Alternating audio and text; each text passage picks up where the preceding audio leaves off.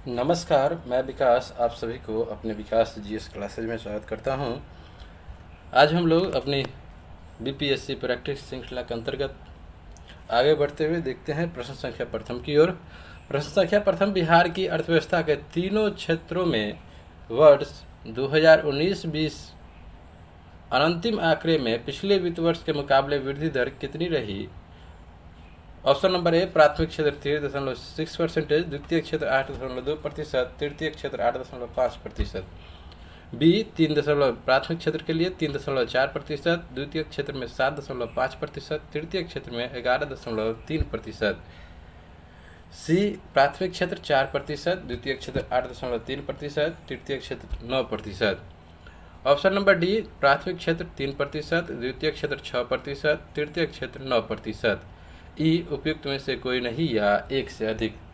इस प्रश्न का सही उत्तर हो जाएगा ऑप्शन नंबर ए, प्राथमिक क्षेत्र में 3.6% की वृद्धि देखी गई। वहीं द्वितीय क्षेत्र में 8.2% और तृतीय क्षेत्र में बात करें तो 8.5%। बिहार आर्थिक सर्वेक्षण 2020-21 के अनुसार वर्ष 2019-20 के आंकड़े के अनुसार बिहार के अर्थव्यवस्था के प्राथमिक क्षेत्र में 3.6%, द्वितीय क्षेत्र में 8.2% और तृतीय क्षेत्र में 8.5% की वृद्धि पिछले वित्तीय वर्ष के मुकाबले दर्ज की गई है। जबकि भारत की बात करें तो भारत में प्राथमिक क्षेत्र में संपूर्ण भारत के संदर्भ में देखें तो प्राथमिक क्षेत्र में 3.9%, द्वितीय क्षेत्र में 0.7% और तृतीय क्षेत्र में 5.5% वृद्धि देखी गई। इस प्रकार इसका सही उत्तर था ऑप्शन नंबर ए। अब देखिए प्रश्न संख्या 2 की तरफ। तो एलपीजी खपत के मामले में बिहार का सबसे समृद्ध जिला कौन है? Option number A, Muzaffarpur, B, Patna, C, Bhagalpur, D, Paschim Champaran. इस प्रश्न का सही उत्तर हो जाएगा option number A, Muzaffarpur LPG खपत मामले में बिहार का सबसे समृद्ध जिला रहा है। अर्थात पहले स्थान पर मुजफ्फरपुर और दूसरे स्थान की बात करें तो वो है पटना और बेगूसराय। और अगर यहाँ प्रश्न ये आ जाता सबसे कम खपत की बात, तो सबसे कम खपत में याद रखिएगा बांका, अररिया और किशनगंज। प्रश्न संख्या 3, सबसे प्राचीन श्रम संगठन है? Option number A, CITU, B, AITUC, C, INTUC, D, Bharatiya Mazdoor Sangh. इस प्रश्न का सही उत्तर होगा option number B, AITUC। Bharat में सर्वप्रथम AITUC अर्थात All India Trade Union Congress की स्थापना हुई थी। कब हुई थी AITUC अर्थात ऑल इंडिया ट्रेड यूनियन की कांग्रेस की स्थापना? तो याद रखिएगा 31 अक्टूबर 1920 को बम्बई में किया गया था। इस संगठन के अर्थात AITUC के संगठन के निर्माण में बाल गंगाधर तिलक और लाला लाजपत राय ने अग्रणी भूमिका निभाए थे। प्रश्न संख्या 4, भारतीय वन प्रबंधन संस्थान कहाँ स्थापित है? Option number A, Uttar Pradesh, B, Madhya Pradesh, C, Uttarakhand, D, Assam. इस प्रश्न का सही उत्तर हो जाएगा option number B, Madhya Pradesh. Madhya Pradesh के भोपाल में स्थित है भारतीय वन प्रबंधन संस्थान। इसकी स्थापना की बात करें तो उसका स्थापना हुआ था 1984 में। वहीं अगर बात करें भारतीय वन अनुसंधान केंद्र, अगर अनुसंधान केंद्र की बात करें तो वो है देहरादून, उत्तराखंड में। प्रश्न संख्या 5, भारत में थोक मूल्य सूचकांक WPI के आंकड़े निम्नलिखित में किस संस्थान या कार्यालय द्वारा जारी किया जाता है? ऑप्शन नंबर ए, भारतीय रिजर्व बैंक, बी, वाणिज्य एवं उद्योग मंत्रालय, सी, वित्त मंत्रालय, डी, उपभोक्ता मामले एवं खाद्य मंत्रालय। इस प्रश्न का सही उत्तर हो जाएगा ऑप्शन नंबर बी, वाणिज्य एवं उद्योग मंत्रालय। भारत में थोक मूल्य सूचकांक वाणिज्य एवं उद्योग मंत्रालय द्वारा जारी किया जाता है।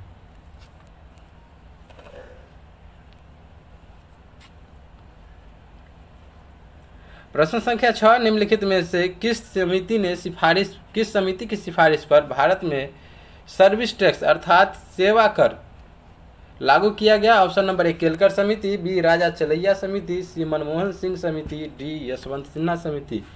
इस प्रश्न का सही उत्तर हो जाएगा ऑप्शन नंबर बी, राजा चलैया समिति। भारत में सेवा कर को राजा चलैया समिति की रिपोर्ट के आधार पर लागू किया गया। राजा चलैया की अध्यक्षता में वर्ष 1991 में कर सुधार हेतु एक समिति बनी थी। इस समिति ने 1993 में अपनी रिपोर्ट सौंपी और वर्ष 1994 से सेवा कर को हमारे देश में लागू किया गया।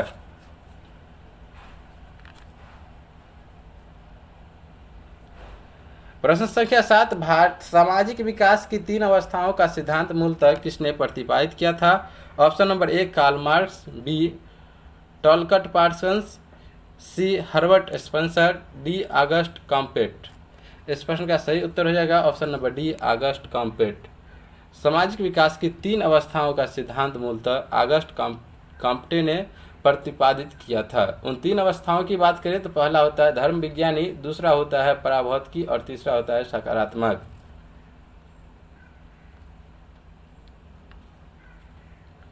प्रश्न संख्या 8, निम्नलिखित में से कौन सा एक राजकोषीय नीति का उपकरण नहीं है?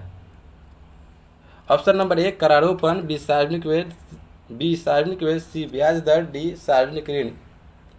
इस प्रश्न का सही उत्तर हो जाएगा ऑप्शन नंबर सी ब्याज दर।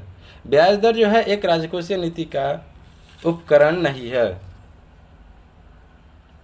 अगर यहाँ बात करें राजकोषीय नीति कहते किसको है, तो राजकोषीय नीति से तात्पर्य सरकार की ऐसी नीतियाँ से है जो खर्च, निवेश और टैक्स की दरों को ध्यान में रखकर बनाई जाती है। इसका उद्देश्य क्या होता है, अर्थात राजकोषीय नीति का उद्देश्य होता है टैक्स की दरों और सार्वजनिक खर्च के बीच संतुलित बनाए रखना, ताकि महंगाई बढ़े बिना आर्थिक विकास सुनिश्चित हो सके। प्रश्न संख्या 9, मिड डे मील कार्यक्रम किस पंचवर्षीय योजना में शुरू किया गया? ऑप्शन नंबर ए 7वीं योजना, बी 8वीं योजना, सी 6ठी योजना, डी 9वीं योजना। इस प्रश्न का सही उत्तर हो जाएगा ऑप्शन नंबर बी 8वीं योजना। मिड डे मील योजना की शुरुआत 15 अगस्त 1995 को 8वीं पंचवर्षीय योजना के कार्यकाल की बात करें तो 1992 से 97 में शुरू की गई थी। इसके तहत देश में प्राइमरी और अपर प्राइमरी स्कूलों में बच्चों को दोपहर का भोजन निःशुल्क। प्रश्न संख्या 10, IMF ने SDR स्पेशल ड्राइंग राइट्स का मुद्रा के रूप में कब अपनाया? ऑप्शन नंबर ए 1946 से 47, बी 1981-82, सी 1970-71, डी 1976 से 70। इस प्रश्न का सही उत्तर हो जाएगा ऑप्शन नंबर सी 1970-71 में अंतर्राष्ट्रीय मुद्रा कोष अपने सदस्य देशों के प्रति प्रतिकूल संतुलन को दूर करने के लिए सदस्य देशों को आर्थिक सहायता प्रदान करता है। इसके लिए एक विशेष अधिकार दिया गया जिसे SDR स्पेशल ड्राइंग राइट्स कहते हैं। व्यवहार में SDR के सिक्के या नोट चलन में नहीं है। IMF इसे केवल अपने हिसाब के बही खाते में रखता है। वही बात करें IMF में भारतीय कोटा से मात्र 2.76% है। तो IMF ने SDR को मुद्रा के रूप में कब अपनाया? तो याद रखेगा 1970-71 में। प्रश्न संख्या 11, स्वतंत्रता से लेकर अब तक भारत में कितने बार रुपये का अवमूल्यन किया गया? ऑप्शन नंबर ए 2 बार, बी 3, सी 4, डी 5। इस प्रश्न का सही उत्तर हो जाएगा ऑप्शन नंबर बी 3। सबसे पहले यह बात करें मुद्रा अवमूल्यन होता क्या है, तो एक लचीली विनिमय दर प्रणाली में मुद्रा के मूल्य में गिरावट आने की स्थिति को मुद्रा अवमूल्यन कहते हैं। अब तक स्वतंत्र भारत में 3 बार मुद्रा का अवमूल्यन किया जा चुका है। ऑप्शन नंबर ए 3 बार किया जा चुका है, 1949 में, 1966 में और 1991 में। मुद्रा के अवमूल्यन से देश की निर्यात गतिविधियों को प्रोत्साहन मिलता है। प्रश्न संख्या 12, भारत में पुर्तगाली शक्ति का वास्तविक संस्थापक किसे माना जाता है? Option number A Francisco de Almeida, B Alfonso de Albuquerque, C Nuno da Cunha, D Vasco da Gama, E उपयुक्त में से कोई नहीं या एक से अधिक। इस प्रश्न का सही उत्तर हो जाएगा option number B Alfonso de Albuquerque. Bharat में पुर्तगाली शक्ति का वास्तविक संस्थापक जो है वह थे अल्फांसो डी अल्बुकर्क। और अल्मेडा के बाद भारत में गवर्नर भी इसी को बनाया गया, गवर्नर माना जाता है उसने, अर्थात अल्फांसो डी अल्बुकर्क जो है कोचीन को मुख्यालय बनाया था। साथ ही पुर्तगालियों को भारतीय स्त्रियों से विवाह हेतु प्रोत्साहन दिया और सती प्रथा पर प्रतिबंध भी लगाया था। प्रश्न संख्या 13, ब्रिटेन के सम्राट जेम्स प्रथम ने जहांगीर के दरबार में अपना राजदूत बनाकर किसे भेजा था? Option number A Captain Hawkins, B Sir Thomas Roe, C Edward Stephens, D William Hamilton. इस प्रश्न का सही उत्तर हो जाएगा ऑप्शन नंबर ई उपयुक्त में से कोई नहीं या एक से अधिक, क्योंकि कैप्टन हॉकिंस को भी भेजा गया था 1608 में, वहीं सर टॉमस रो को भी भेजा गया था 1615 में। जेम्स प्रथम के द्वारा राजदूत बनाकर जहांगीर के दरबार में, अर्थात एक से अधिक आंसर था। 1608 में कौन आया था? तो कैप्टन हॉकिंस, और सर टॉमस रो था 1615 में, इसलिए इसका सही उत्तर हो जाएगा ऑप्शन नंबर ई एक से अधिक। बात करें प्रश्न संख्या 14 की, तो किस इतिहासकार ने प्लासी के युद्ध के बारे में कहा था कि यह एक सौदा था जिसमें बंगाल के धनी सेठों तथा मीर जाफर ने नवाब को अंग्रेजों के हाथों में बेच डाला। ऑप्शन नंबर ए Yadunath Sarkar, B K M Panikkar, C R C Majumdar, D Ramvilas Sharma. इस प्रश्न का सही उत्तर हो जाएगा option number B K M Panikkar. Mir Jafar Rai Durlabh एवं बंगाल के कुछ व्यापारियों द्वारा विश्वासघात के कारण इतिहासकार के एम पन्नीकर ने यह वक्तव्य दिया था जो कि यह एक सौदा था जिसमें बंगाल के धनी सेठों तथा मीर जाफर ने नवाबों को अंग्रेजों के हाथ बेच डाला। यह कहा था कि एम पन्नीकर ने प्लासी के युद्ध के बारे में। अगर बात यहाँ करें प्लासी का युद्ध हुआ कब था, तो याद रखिएगा 23 जून 1757 को ईस्ट इंडिया कंपनी और बंगाल के नवाब सिराजुद्दौला के बीच। प्रश्न संख्या 15, governor general Lord William Bentinck के संबंध में निम्नलिखित कथन में कौन सा सही है। ऑप्शन नंबर ए उन्होंने सती प्रथा का अंत किया, बी ठगी प्रथा का अंत किया, तीसरा सरकारी सेवाओं में भेदभाव को समाप्त किया और चौथा अंग्रेजी को शिक्षा का माध्यम बनाया। इस प्रश्न का ऑप्शन नंबर ई उपयुक्त में से कोई नहीं या एक से अधिक। इस प्रश्न का सही उत्तर हो जाएगा ऑप्शन नंबर ई उपयुक्त में से कोई नहीं या एक से अधिक। यहाँ पर बता दीजिए कि जितना कथन दिया गया है लॉर्ड विलियम बेंटिक के संबंध में सभी कथन सही है। लॉर्ड विलियम बेंटिक ने सती प्रथा का अंत किया, ठगी प्रथा का अंत किया, सरकारी सेवा में भेदभाव को भी समाप्त किया और अंग्रेजी को शिक्षा का माध्यम भी बनाया था।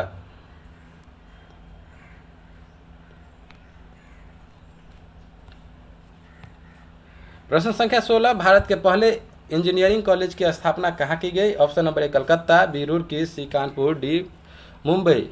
इस प्रश्न का सही उत्तर हो जाएगा ऑप्शन नंबर बी रुड़की में भारत के प्रथम इंजीनियरिंग कॉलेज की स्थापना की गई। रुड़की है कहाँ, तो याद रखिएगा उत्तराखंड में, और इसका स्थापना जो है जे थॉमसन के द्वारा 1847 में किया गया था।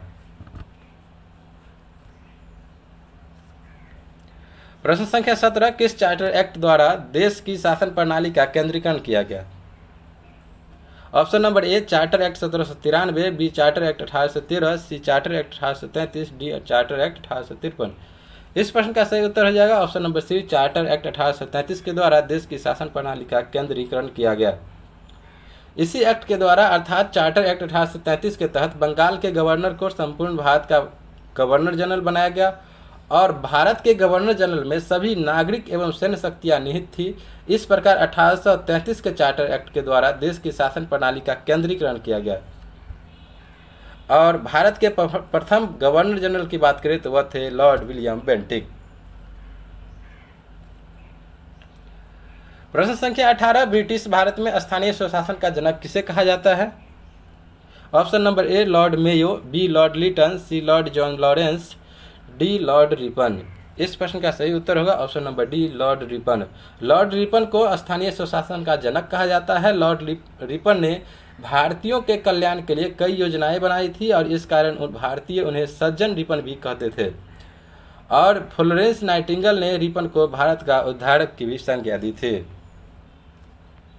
प्रश्न संख्या 19, मराठा प्रशासन में चौथ और सरदेशमुखी का संबंध निम्नलिखित में से किससे था। ऑप्शन नंबर ए प्रशासनिक अधिकारियों से, बी प्रांतीय प्रशासन से, सी कर व्यवस्था से, डी पदवियों से। इस प्रश्न का सही उत्तर होगा ऑप्शन नंबर सी कर व्यवस्था से। चौथ एवं सरदेशमुखी जो है यह एक कर था जो पड़ोसी राज्यों से वसूला जाता था। चौथ जो था ये सुरक्षा के बदले आय का 1/4 भाग वसूला जाता था कर के रूप में, जबकि सरदेशमुखी की बात करें तो यह जो है भूमिकर था। सरदेशमुखी 1/10 हिस्सा लिया जाता था। प्रश्न संख्या 20, निम्नलिखित पेशवाओं को उनके कालक्रम के अनुसार आरोही क्रम में सजाइए। ऑप्शन नंबर ए आरोही क्रम में सजाइए। पहला है बालाजी विश्वनाथ, दूसरा है बाजीराव, तीसरा है बालाजी बाजीराव, चौथा है माधवराव प्रथम। ऑप्शन दिया गया है ए 1 2 3 4, बी 4 1 2 3, सी 2 1 3 4, डी 3 2 1 4। ई उपयुक्त में से कोई नहीं या एक से अधिक। इस प्रश्न का सही उत्तर हो जाएगा ऑप्शन नंबर ए 1 2 3 4। मराठा साम्राज्य में राजा की सहायता के लिए 8 मंत्रियों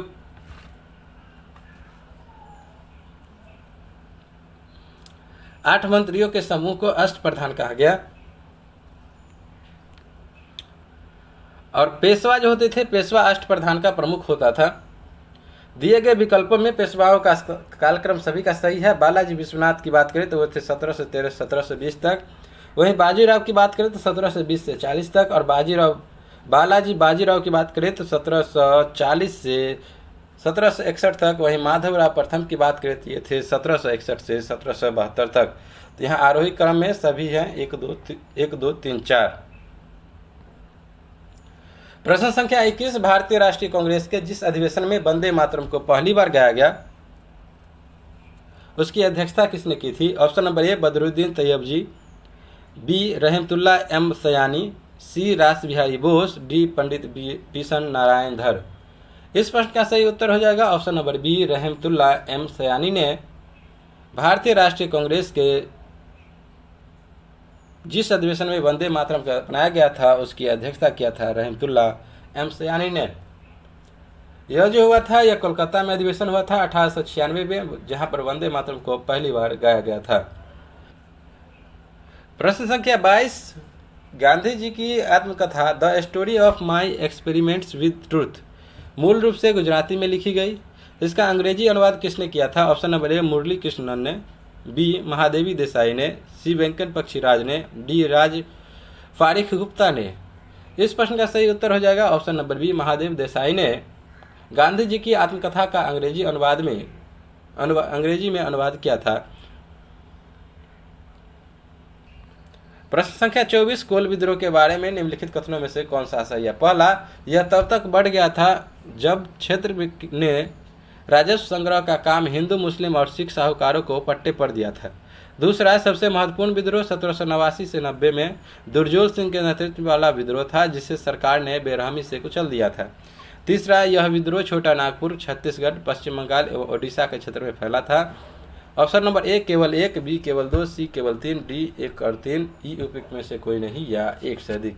इस प्रश्न का सही उत्तर हो जाएगा ऑप्शन नंबर डी 1 और 3, अर्थात कोल विद्रोह के संबंध में ऑप्शन नंबर 1 और 3 कथन सही है। पहला क्या सही है? जो कि यह तब तक बढ़ गया जब क्षेत्र ने राजस्व संग्रह का काम हिंदू, मुस्लिम और सिख साहूकारों को पट्टे पर दिया था। और वही बात करें तो यह विद्रोह जो था कोल विद्रोह छोटा नागपुर, छत्तीसगढ़, पश्चिम बंगाल एवं ओडिशा के क्षेत्र में फैला था। वही बात करें, ये जो कोल विद्रोह हुआ था तो कोल जनजाति द्वारा अंग्रेजी सरकार की अत्याचार के खिलाफ कब हुआ था? तो 1831 ईस्वी में किया गया था।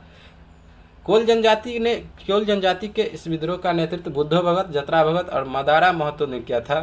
विद्रोह मुख्यतः छोटा नागपुर अर्थात बात करें तो छोटा नागपुर का जो क्षेत्र है अभी भी वर्तमान में झारखंड क्षेत्र में इसका फैलाव ज़्यादा हुआ था। प्रश्न संख्या 25, अंग्रेजों द्वारा निम्न में से किस क्रांतिकारी को फांसी की सजा दी गई? Option number A Jatin Das, B Chandrashekhar Azad, C Rajguru, D Kalpana Dutt. इस प्रश्न का सही उत्तर हो जाएगा ऑप्शन नंबर सी राजगुरु को। अंग्रेजों द्वारा भगत सिंह, सुखदेव और राजगुरु को फांसी की सजा दी गई थी। वहीं जतीन दास की मृत्यु लंबी भूख हड़ताल के बाद भी थी, जबकि चंद्रशेखर आजाद और कल्पना दत्त की बात करें तो अंग्रेजों से मुठभेड़ करते समय स्वयं की गोली से शहीद हुए थे। प्रश्न संख्या 26 की बात करें, प्रसिद्ध उपन्यास आनंदमठ को इस नाम से भी जाना जाता है। ऑप्शन नंबर ए देशभक्ति का कुरान, बी देशभक्ति का ग्रंथ, सी बंगाली देशभक्ति का बाइबिल, डी क्रांति का जनक। इस प्रश्न का सही उत्तर होगा ऑप्शन नंबर सी बंगाली देशभक्ति का बाइबिल। बंकिम चंद्र चटर्जी द्वारा रचित आनंदमठ उपन्यास भारत के स्वतंत्रता सेनानियों के लिए प्रेरणा का स्रोत बना। इसे बंगाली देश का बाइबिल भी कहा जाता है। और यही इसमें बात करें आनंद मठ के संबंध में ही तो इसी आनंद मठ में सन्यासी विद्रोह की चर्चा भी मिलती है। प्रश्न संख्या 27, निम्नलिखित में से मराठी समाचार पत्र मूक नायक किसने शुरू किया था? Option number A doctor B R. Ambedkar, B Veer Savarkar, C Vinoba Bhave, D Lokmanya Tilak. इस प्रश्न का सही उत्तर हो जाएगा option number A doctor B R. Ambedkar के द्वारा मूक नायक समाचार पत्रों की शुरुआत की गई थी। कब की गई थी? तो याद रखिएगा 1924 में। इस समाचार पत्र का मुंबई से शुरू किया गया था और मुंबई में ही एक संस्था बनाया था, एक संस्था बहिष्कृत हितकारिणी सभा बनाई गई थी। Doctor B R. अम्बेडकर के नेतृत्व में। और इस संस्था अर्थात ये जो बहिष्कृत हितकारिणी सभा बनाई गई थी, इसका उद्देश्य था दलित लोगों की नैतिक तथा भौतिक उन्नति करना। और इन्होंने ही अर्थात बी.आर. अम्बेडकर ने ही मराठी पाक्षिक बहिष्कृत भारत आरंभ किया था। तो इस प्रश्न का क्या सही होगा? उत्तर मराठी समाचार पत्र मूकनायक बी.आर. अम्बेडकर के द्वारा शुरू किया गया था। प्रश्न संख्या 28, ब्रिटिश भारत में किसने दास व्यवस्था पर कब रोक लगाई? Option number A Lord Ellenborough ने, बी वारेन हेस्टिंग्स ने, सी लॉर्ड डलहौजी ने, डी लॉर्ड वेलिस्ली ने। इस प्रश्न का सही उत्तर होगा option number A Lord Ellenborough ने दास प्रथा का अर्थात दास व्यापार पर रोक लगाई थी लॉर्ड एलनबरो ने। अर्थात ऐसे ही बात करें जो कि दास प्रथा का अंत लॉर्ड एलनबरो ने 1843 में किया और समस्त भारत में दासता को अवैध भी घोषित करते हुए सभी दासों को स्वतंत्र किया था। किसने? तो लॉर्ड एलनबरो ने। और 1833 के चार्टर एक्ट में दासता समाप्त करने का निर्देश भी दिया गया था।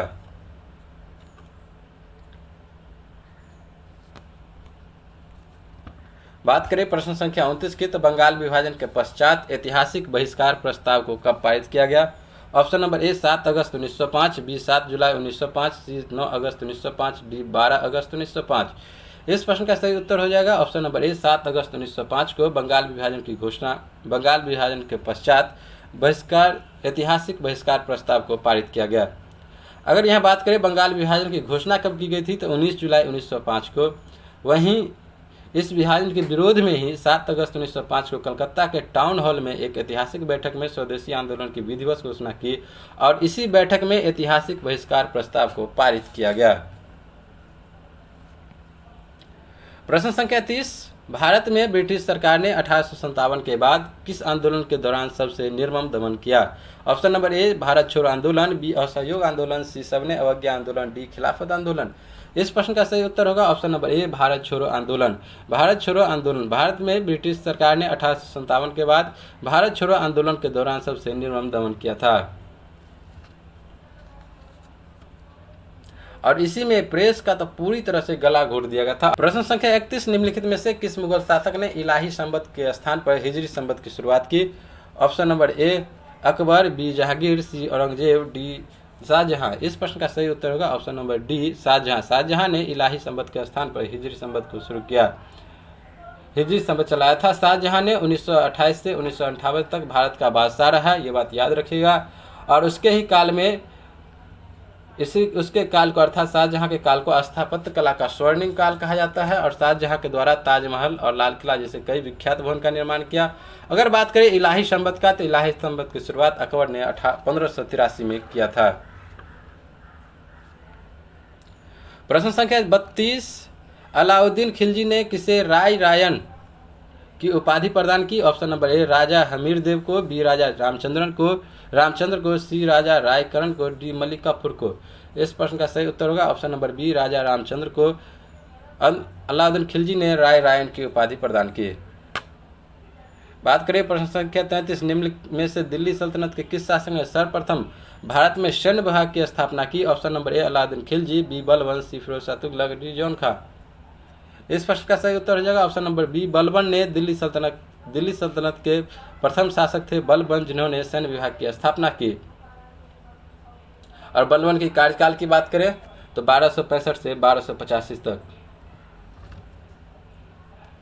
प्रश्न संख्या 34, हुमायूंनामा निम्नलिखित में से किसकी रचना है? Option number A Roshan Ara Begum, B Ruqaiya Sultan Begum, C Gulbadan Begum, D Sohar Begum. इस प्रश्न का सही उत्तर हो जाएगा option number C Gulbadan Begum ने हुमायूंनामा की रचना की थी।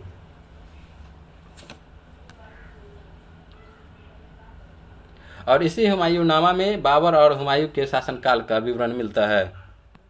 प्रश्न संख्या 35, निम्नलिखित स्थलों में बौद्ध विहारों का विशालतम समूह मिला है? Option number A Karle, B Kanheri, C Ajanta, D Chunar. इस प्रश्न का सही उत्तर होगा ऑप्शन नंबर डी जुन्नार में बौद्ध विहारों का विशालतम समूह मिला है। जुन्नार है कहाँ? तो महाराष्ट्र के पुणे जिला में। प्रश्न संख्या 36, बिहार से प्राप्त सबसे प्राचीन आहत पंचमार्क सिक्के किस धातु के हैं? ऑप्शन नंबर ए चांदी, बी सोना, सी कांसा, डी तांबा। इस प्रश्न का सही उत्तर होगा ऑप्शन नंबर ए चांदी। चांदी का सबसे प्राचीन आहत अर्थात पंचमार्क सिक्के बिहार के सबसे अधिक मिले हैं, बिहार में चांदी के हैं। बात करें प्रश्न संख्या 37, वैदिक देवता मित्र, वरुण, इंद्र और नासत के नाम से किस अभिलेख में है? ऑप्शन नंबर ए हाथी गुफा, बी मंदसौर, सी बुगजगाई, डी सोहरौरा। इस प्रश्न का सही उत्तर होगा ऑप्शन नंबर सी बुगजगाई। बुगजगाई अभिलेख में वैदिक देवता मित्र, वरुण, इंद्र और नासत के नाम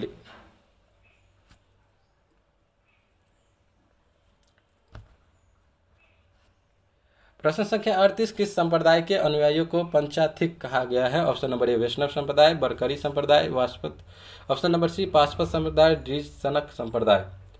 इस प्रश्न का सही उत्तर होगा ऑप्शन नंबर सी पाशपत संप्रदाय के लोगों को अर्थात अनुयायियों को पंचाथिक कहा गया जाता है। प्रश्न संख्या 39, भारतीय इतिहास में कुल कितने विक्रमादित्य की चर्चा है? Option number A 7, B 9, C 12, D 14। इस प्रश्न का सही उत्तर होगा ऑप्शन नंबर डी 14। भारतीय इतिहास में कुल 14 विक्रमादित्य की चर्चा है। प्रश्न संख्या 40, 9वीं शताब्दी के मध्य में सुलेमान नामक अरबी व्यापारी ने भारत की यात्रा के बाद लिखे वृत्तांत में किस वंश के साम्राज्य को रुहमा कहा गया? ऑप्शन नंबर ए प्रतिहार वंश के साम्राज्य को, बी राष्ट्रकूट वंश के साम्राज्य, सी पाल वंश के साम्राज्य, डी वर्धन वंश के साम्राज्य। इस प्रश्न का सही उत्तर होगा ऑप्शन नंबर सी पाल वंश के साम्राज्य को। प्रश्न संख्या 41, प्रसिद्ध बौद्ध विद्वान वसुमित्र किसके शासनकाल से संबंधित था? Option number A Ashoka, B Srigupta, C Rudradaman, D Kanishka. इस प्रश्न का सही उत्तर हो जाएगा ऑप्शन नंबर डी कनिष्क। प्रसिद्ध बौद्ध विद्वान वसुमित्र जो थे वो कनिष्क के शासनकाल से संबंधित थे। प्रश्न संख्या 42, निम्नलिखित में से दशराग युद्ध का उल्लेख हमें किससे प्राप्त होता है? ऑप्शन नंबर ए ऋग्वेद के 10वें मंडल, बी ऋग्वेद के 8वें मंडल, सी ऋग्वेद के 7वें मंडल और डी ऋग्वेद के 6ठे मंडल। इस प्रश्न का सही उत्तर हो जाएगा ऑप्शन नंबर सी ऋग्वेद के 7वें मंडल से दशराग युद्ध का उल्लेख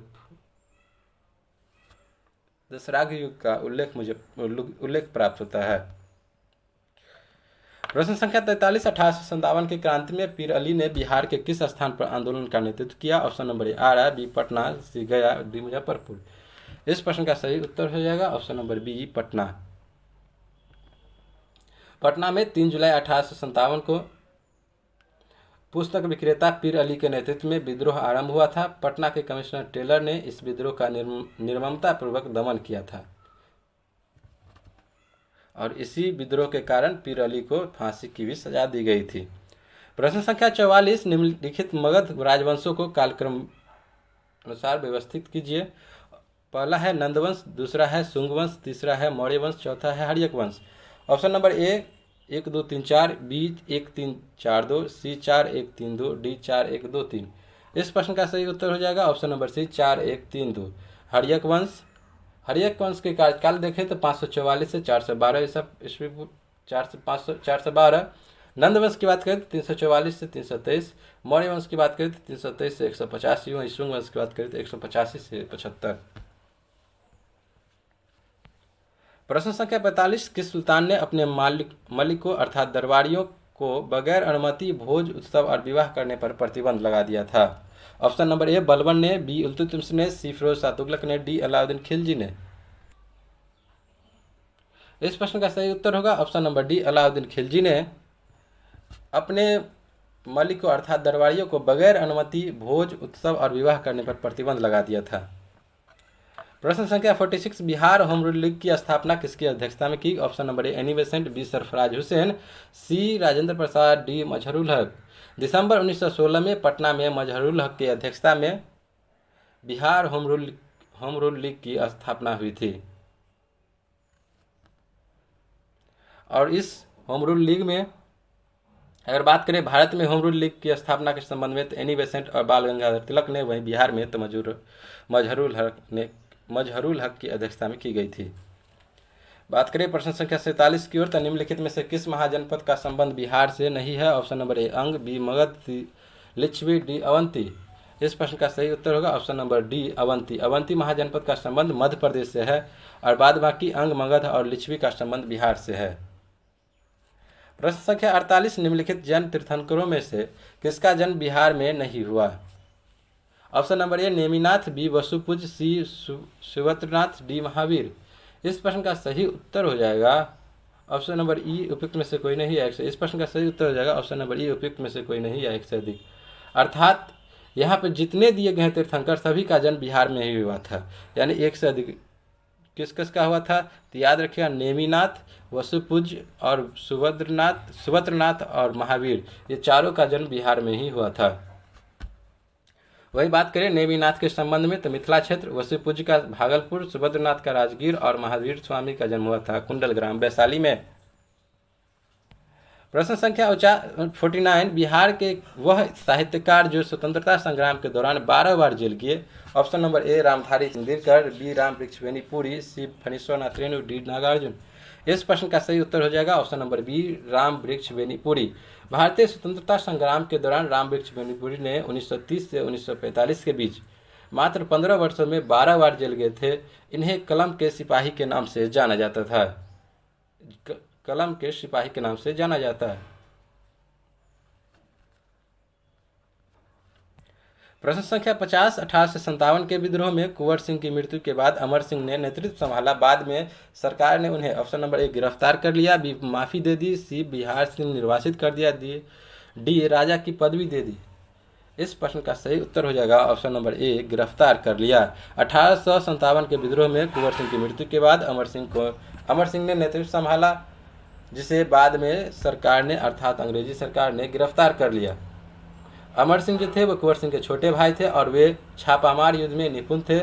बाद में उसे क्या किया गया, अंग्रेज सरकार द्वारा गिरफ्तार कर दिया गया और उसे कारावास के दौरान गिरफ्तार करके कारावास दिया गया अमर सिंह को, और उसी कारावास के दौरान ही उनकी मृत्यु हो गई। इस प्रकार आज की 50 प्रश्नों की श्रृंखला समाप्त होती है और वर्ग की समाप्त होने की भी घोषणा यहीं पर करते हैं। मैं विकास, जय हिंद।